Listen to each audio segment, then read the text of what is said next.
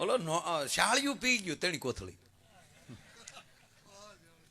કોથળી શાળિયું પી ગયું. સસલા સામે વે સસલા જંગલનો રાજા કોણ? બાબુ.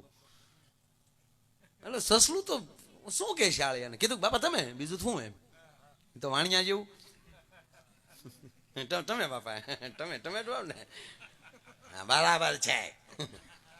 ન્યાલેજીને હણકા ને કીધું હરણ ને ગાય હરણ આ જંગલનો રાજા કોણ? એટલે હરણે કીધું આપ જેવા બીજું કોઈ હોય જ નહીં, આપ જ હો. એમ કરતું કરતું કરતું હાથી પાસે પગ્યું, કારણ કે બધાએ નિર્ણય આપી દીધો તમે એમ. અને હાથીને કીધું કે હાથિયા ભાઈ શાળિયું બોલે ને ઓલો હાથી જોવે ને આમ 3 વાર તો પગે બાંખોડિયા પહેર્યા. તને કહું હાથી તે ઓલાને એમ છું મસરું સીડ્યું કાંઈક. હન શાળિયું ખીજાણું, કોથળી તો પી ગયેલું હતું. અને હાથીની હોંઠે બટકો ભર્યો. હાથી આમ નીચે જોયું. બોલો શાળભાઈ કોણ જંગલનો રાજા? કારું ન પૂછું જવાબ નથી દેતો મૂરખ. મૂરખ કીધું ને હાથીએ હોંઠે લીધો, હોંઠે સડાવીને જે ઘા કર્યો ને તો હરતાન પર ને ખાળે પીડ્યો.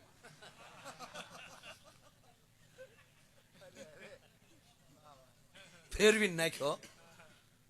પછી ઓલું ઢળડાતું બીજે દિવસે આવ્યું અને પછી હાથીભાઈને કીધું કે હાથીભાઈ ખબર ન હોય ને તો ના કહી દેવાય, કોઈનો આમ ઘા ન કરી દેવાય.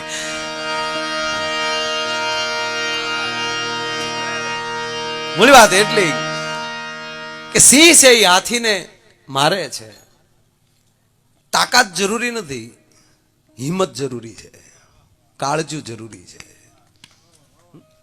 જેનું કાળજુ મહાન. ઓલો એક દાખલો છે ને કે બરોબર વેરાન વગડો, એ વગડામાં એક નદી હાલી જાય અને નદીની બે કોર એમ કહેવાય મોટો ગાળો, ની ગાળાની અંદર 4 ચોર બેઠેલા.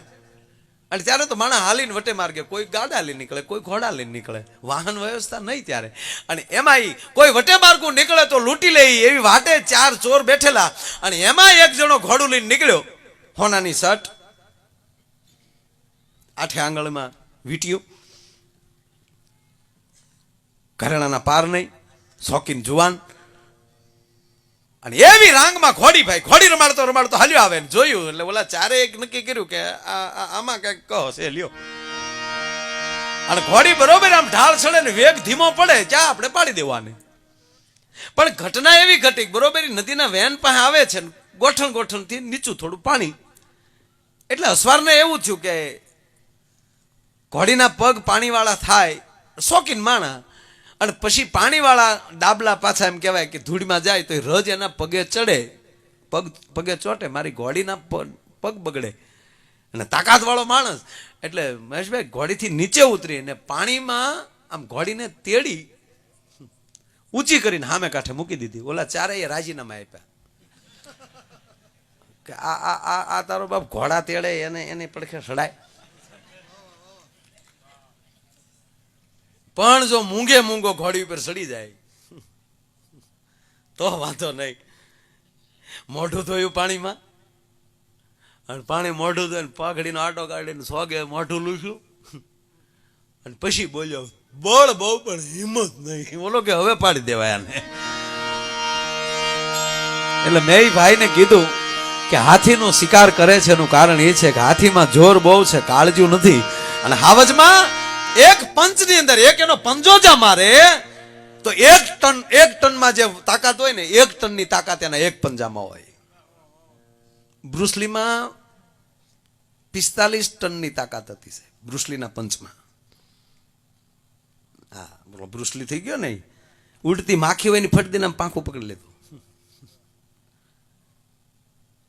અને આ કેમેરો છે બેહીને ઊભો થઈ જાય, એ એટલી સ્પીડમાં બેહીને ઊભો થઈ જતો કેમેરામાં ન આવતું. આ તો સિંહ છે. મેં કીધું સિંહમાં તાકાત એટલે 1 ટન એકલે ફાડ, પણ હાથીની સામે જ્યાં ત્રાળ નાખે ને તો કરીને બેહી જાય છે, એટો ઉકારો નાખી જાય. એમ ભગવાન શું કરે છે? તમારા કાળજુ વધારે છે, તમારી હિંમત વધારે છે. આ શક્તિ શું કરે? અંબા શું કરે? અંબા એટલે માં. સંસ્કૃતમાં માને અંબા કહેવાય. સંસ્કૃતમાં શબ્દ જ અંબા એટલે માં, એનું ગુજરાતી કરો એટલે માં. અને હજી આપણે દક્ષિણમાં અમ્મા કહે, માને અમ્મા. અંબા માલી અભ્રષ્ટ શબ્દ થયો, દક્ષિણમાં અમ્મા કીધું. અને આ બધા માના સ્વરૂપ છીએ આપણે, આ દેશ જ માનો છે ને. હા, અને એમાં જો તમે આપણે કહે, બાકી બહેનોમાં જે બુદ્ધિ હોય એટલી ભાઈઓમાં નથી. એ તો આપણે લગભગ બાયું બધું કહેજો તમારા ભાઈ બહુ બુદ્ધિ નહીં, લગભગ કે નહીં હોય તો જ કહેતી હશે ને. અને આપણે શું કહે કે બાયુની બુદ્ધિ પાન્ય હોય, આવું કે. હું 110% કહું કે બહેનોને અહીંયા જ બુદ્ધિ નહીં, એના પગમાં પાણીમાં બુદ્ધિ હોય. શું કામ? એ ભગવતીને ખબર પડે મારે ક્યાં ડગલું ભરાય ને ક્યાં ડગલું ન ભરાય છે. અને આપણે એકલી અહીંયા જ બુદ્ધિ ને તે ક્યાં ખબ ખબ કરતા જાય નક્કી જ નહીં. પીછે ફૂટકે અહીંયા વંડી કોને કરી નાખી? તું પી ગયો, વંડી તો હતી જ ત્યાં. હા, બહેનોની બુદ્ધિ પાણીનો અર્થ કે ભગવતીને ખબર છે મારે ક્યાં ડગલું ભરાય ક્યાં ડગલું ન ભરાય. એ બુદ્ધિનું પ્રતીક છે પગલું પણ. અને એટલે જ આ સંતોને અને જો પગલા બેના જ લેવાય. એક નવોઠા આવી હોય દીકરી, એક કુંવારિકા, એને આપણે કંકુના પગલા પડાવીએ. અને એક આવા કોઈ સંતો હોય એનાય આપણે પગલા પડાવીએ. આ જેટલી હથેળીમાં રેખા હોય ને એટલી જ પગમાં રેખા હોય. એટલે બાપુ ઘણીવાર કહે આ કપાળની રેખા છે ને એ ભૂતકાળ છે, ભૂતકાળની દેખાડે કેવી કેવી પરિસ્થિતિમાં તમે પસાર થયા. હાથની રેખા છે ને એ માણસનું ભવિષ્ય દેખાડે કે આ છે હું કરાવશે. અને પગની રેખા છે ને એ વર્તમાન છે, તમારા પગલા ક્યાં છે, હાલમાં તમે ક્યાં છો. એ વર્તમાન, આ ત્રણેય કાળના પ્રતીક છે. બાકી કઈ બુદ્ધિ ન હોય એમ નહીં. એક બેન બસમાં સીડ્યા ને 3 છોકરા આરે, 3 છોકરા બાકડા જેવા. અને કંડક્ટરે પૂછ્યું કે બેન કઈ બાજુ? ભાવનગર. 1 ટિકિટ આપો. એટલે કંડક્ટરે કીધું કે 1 ટિકિટ કેમ બેન? આ 3 તો છોકરા હારે છે. પણ 3 વર્ષથી વધારે છોકરાની ટિકિટ તમે લ્યો કે? પણ આ 3 છે છોકરા. કે આ 3 છે એ કે 3 વર્ષથી મોટો નથી. એ કે જો આ 1.5 વર્ષનો, એક ઓલો 1.25 વર્ષનો, આવડો 2 વર્ષનો.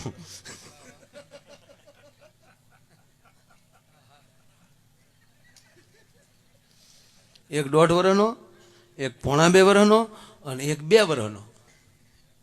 કંડક્ટર એમ હોય કે બેન? કેમ ન હોય? આ મારા દેરનો છે, આ મારા જેઠનો છે, આ મારો છે. લે, હું કામ ન હોય? માસ્તરને કીધું ભણવા વ્યા જાઓ, ભણવા વ્યા જાઓ.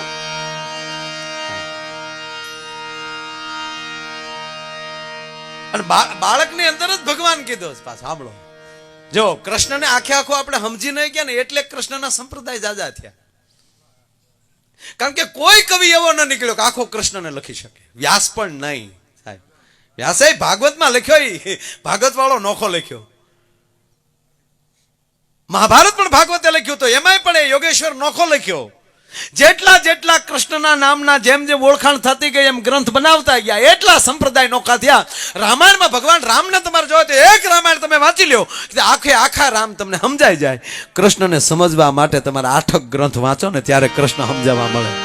હે, કારણ કે દરેક ગ્રંથનો કૃષ્ણ અલગ છે. એક તો નામ પણ અઘરું. કૃષ્ણ આખું બોલ, આપણે કોણ કૃષ્ણ બોલતું? કૃષ્ણ કહેતા.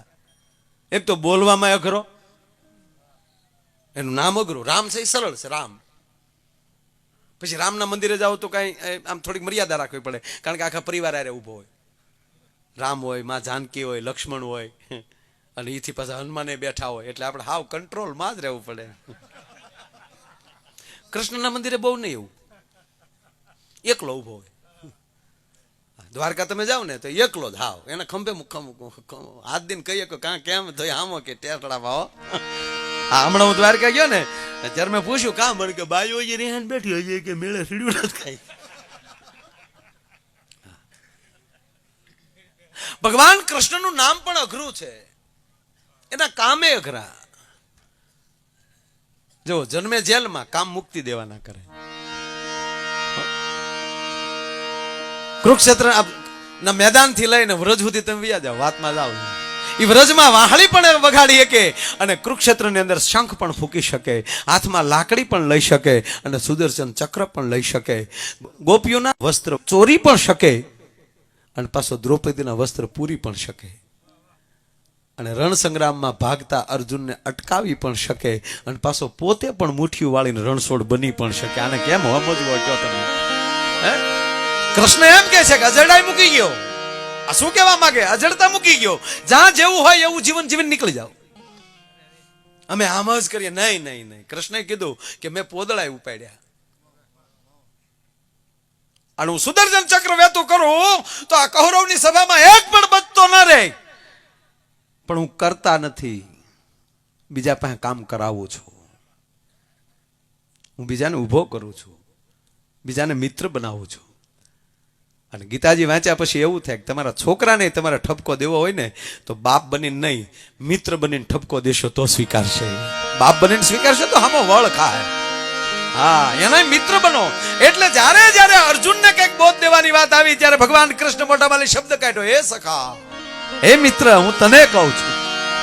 અને અર્જુને 23 નામ અલગ અલગ, એમ કહેવાય 36 નામ અલગ અલગ લીધા, પણ એમાં અર્જુન પણ 2 વાર બોલી ગયા છે, તું પણ મારો હવે સખા છે. એટલે કૃષ્ણને સમજો. આ ઘણા એમ કે એના કામ કાળા, ખોટું બહુ બોલ્યા, આવું ભગવાનને ન કરવું જોઈએ. પણ તારી કઈ એવું લેવલ તે તું કૃષ્ણની ભૂલ્યું કાઢે એમ? આ ઘણા નથી કહેતા રામને આવું ના કરવું જોઈએ, વાલીને ખોટે ખોટો માર્યો તો તારે જ આવું થયું. ન્યા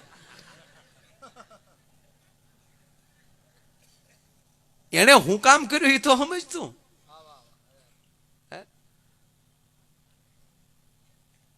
બધું કઈ ભગવાનના હાથમાં ન હોય. આપણે કાંઈ ઘણા સટકવું હોય તો શું કે એ બધી ભગવાનની માયા. એક જણા હા છે પ્લાસ્ટર, મેં કાં થયું? મને કે ભગવાનની મરજી. ભગવાને કીધું તો કોથળું પીને ઓંડ આગજે. આવું કઈ બધું ભગવાન ન આપણને કહેતું હોય. હે, આવું બધું ભગવાન કહે આપણને તો ભગવાન આપણે સારું જ કહે છે. લ્યો, હું તો ચૂંટણીઓ ભાઈ એને કહું, ભગવાન ઉપર છોડી દેજો, ભગવાન બધું પાઠે જ કરતો જાય. આપણે બહુ થોડા કરશું ને તો ભગવાન કહે તો તું થોડી લે. ભગવાન જમવા બેઠેલા, રૂક્ષ્મણી બરોબર પીરશે. હા, બરોબર આમ કોળિયા ઉપર કોળિયા દે, સત્યભામાં સૂર્યમું સોળી દે, રૂક્ષ્મણી કોળિયા દે, કુબજા વળી વાહર નાખે, ઉપડે ઉપડે. એમાં ભગવાન બધી રાણીઓને ઠેલો મારીને દોઢ દીધી. 1.5 દિન જ્યાં બરોબર અટારીએ પહોંચ્યા, જેટલી સ્પીડ થઈ જાય એટલા જ પાસ આવી આવ્યા. પછી કે લાવો બાયું ખાવા. એટલે રાણીઓ કીધું ઉભા રહ્યો, આ બધું ઢોળી ફોળી નાખ્યું. એ હું ઘડીકમાં થઈ ગયું, તેમ ભાગ્યા. એ કે બીજું કાંઈ નહોતું થંબા, કે બીજું કાંઈ નહોતું. તો શું હતું એ કયો ને, પછી ખાવાનું કરીએ. કે બીજું કાંઈ નહોતું, તમે બાયું બીજું છે ને વેમી લ્યું બહુ. હા, અત્યારે તમે 2 માણા પતિ પત્ની હારે ત્યાં નીકળ્યા હો તો તમે જ્યાં જોહો ને ત્યાં તમારા ઘરના જોહે. હું જોયું ત્યાં હું છે એમ. આવા વેમી આ બધા દાંત કાઢવાનો અર્થ એ છો કે આવી ઘટના ઘટી ચૂકી છે. પતિ પત્ની 2 અગાશી ઉપર આટા મારતા હતા ને, પુરુષ નીચે ડોકાળ, તો ગધેડો હતો તે જોયો, દાંત આવ્યા કે ભગવાન કેવા કેવા અવતાર આપે એમ. મનમાં એને એમ છું કે એકનો એક અવતાર બીજી વાર તો નહીં મળે ને એમ. એટલે માનસિક એને દાંત આવ્યા એટલે એની પત્ની ખીજાણી, શું છે ત્યાં, હું જોવો ત્યાં, કેમ દાંત કાઢ્યા, હું છે ત્યાં? એટલે આને ટીખળ હુજી કે કોઈ નથી, તારા હગા છે. તો ઓલીને એમ છું ભાઈ બિન દીધી, મારો ભાઈ નહોતો આવ્યો, કદાચ આવ્યો હશે. એ હરખ ગલીથી ડોકાણી, તા તો ગધેશ. હા, ને એની પત્નીનો મગજ જો કે આ ગધેડાને મારો હગો કર્યો, હાથ પેઢીનું ન ઉજળતું હું એની જમકું નહીં. અને બાઈ લાજ કાઢી ગઈ. બોલો, ત્યારે એને પતિએ કીધું કેમ લાજ કાઢી? કે મારા હારા છે. લ્યો કરો, લ્યો સાળો. બધે શાળા ન ચાલે.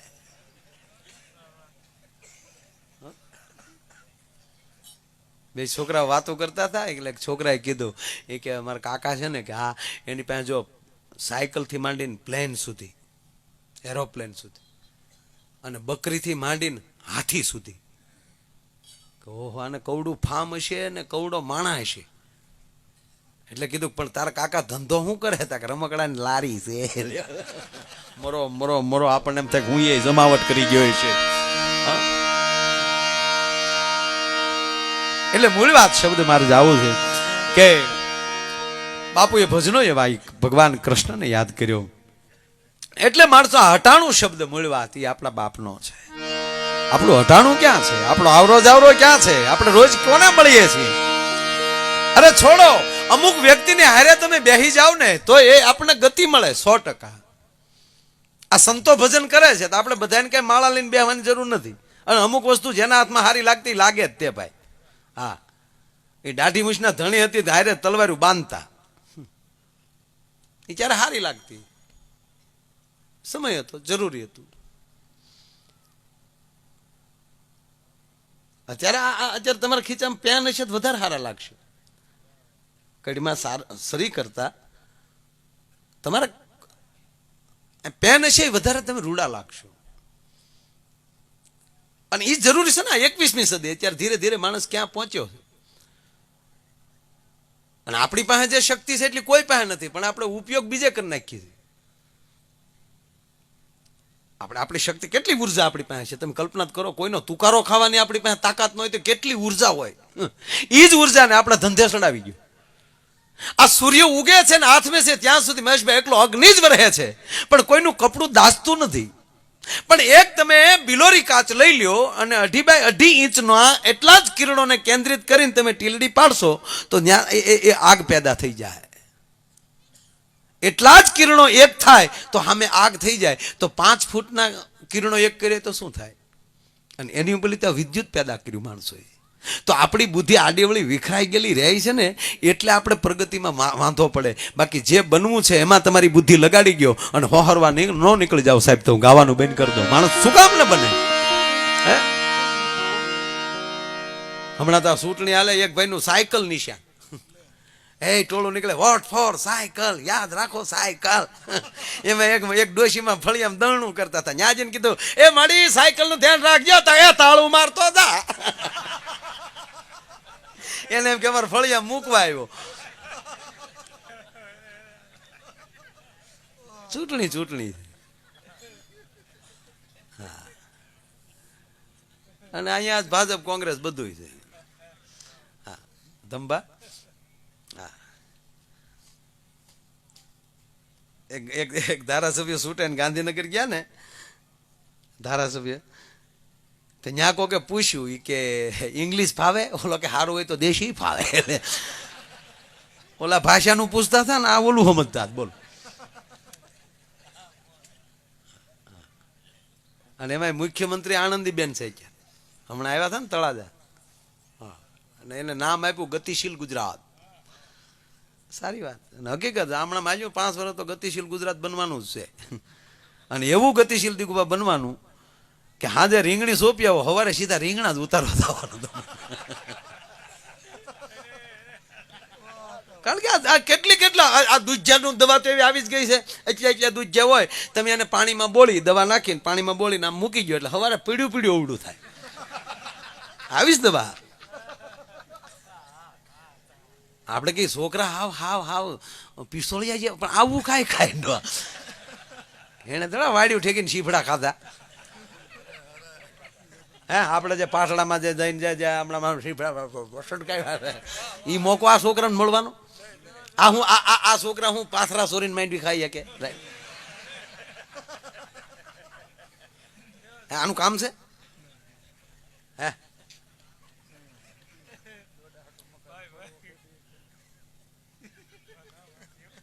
એ જે રાતના જે નીકળે માણ અવડાવડા ડોડા છાવે, એ જે આપણે આખા છોડવા ક્યાંય નીકળી ગયા હોય, એ બોરડીના ગળાયા ઉપર પગ દઈને એ તમને કોઈ ગળાયો 4 કરીને એની માથે ડોડા મૂકીને એ જે તમને કોઈ લાકડીઓ ઘહીને જે દેતવા કાઢ્યા વગર બાક હે. હા, બળિયા ઉપર બાપુ આપણે ઓલી ઝીણી રેતી નાખતા નહીં, હામું ઘહીને જઈ એક ડોડા હેકવા હાટો એટલું બળ કરી નાખતા હતા આપણે. બોલો, હે, અહીંયા છોકરાથી થાય? રામ રામ કરો, હેડા નો નીકળાય. હા, અત્યારે તો છોકરાને કુરકુરિયા દુકાનમાં કુરકુરિયા મળે. આપણે કુરકુરિયો લેવો જ નહોતો પડતો, કારણ કે કુરકુરિયા થઈ જ જતા હતા કાનમાં. આ નાકમાં લઈ આવતા રગેડા. આપણે આપણી પોતાની જીભું જે નાકને ટેર વેડી જતી, અડે આવડાની એકેની. રામ રામ કરો. ઈ ક છે હજી જે ઈ ક હાલે છે. હા, કેવા પાસ આપણે રીહદાર હતા. હે, એક જણાનું તેલ બરણીમાં તેલ લીધેલું ને બરણી ઢાંકણું નહીં, ઠેહ આવી અને બરણી ઝલકાણી. તો હવે ઠેહ લાગી એમાં તો વાઘ બરણીનો કા ભાઈનો, તોય વાઘમાં આવવું જ નહીં, બરણી ઉપર ખીજાણો, બરણી લે ઝલકા લે ઝલકા લે ઝલકા ખાલી લીન જો ડો કરી.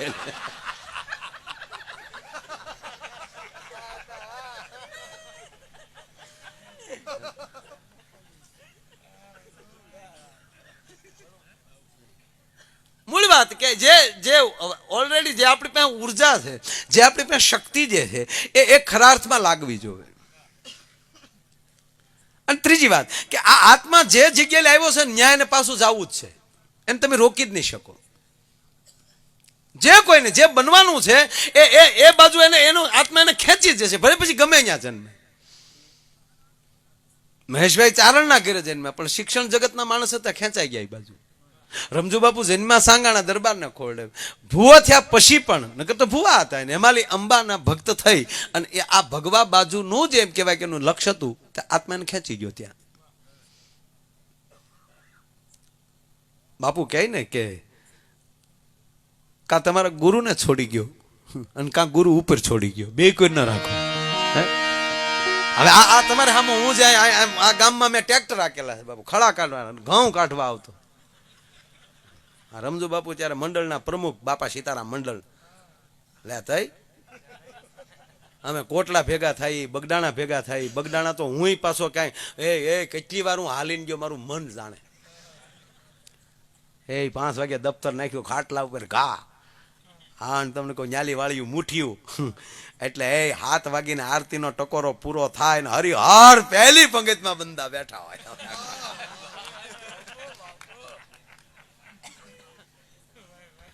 2.5 કલાકમાં 17 કિલોમીટર હું ખેંચી લેતો. કે ખોટું બાપુ? હે તમે જોવો તો ખરા. એ પછી ટેમ્પો લીધો, દિગુભાનો ત્રાપજમાં ટેમ્પો, ભીખુબાન એ બધા ત્રાપજમાં. હા હા, તળાજા મોવા પાટો બંદાનો. હાલો તળાજા કરતા તળાજા આવીએ ને પછી પાછા મોવા બાજુ જઈને થોડી હાજી પર સુધી થઈ જાય, હાલો તળાજા, કારણ કે ઓલું મગજમાં ગળી ગયું હોય ને. જાતા મોવા સાહેબ, આ જો અમારા દરબાર સાહેબ પોતે પોલીસમાં હતા, પણ સાહેબ આમ જો કોલસાની ખાણમાં પડીને બારા નીકળ્યા, કાળા નથી થયા.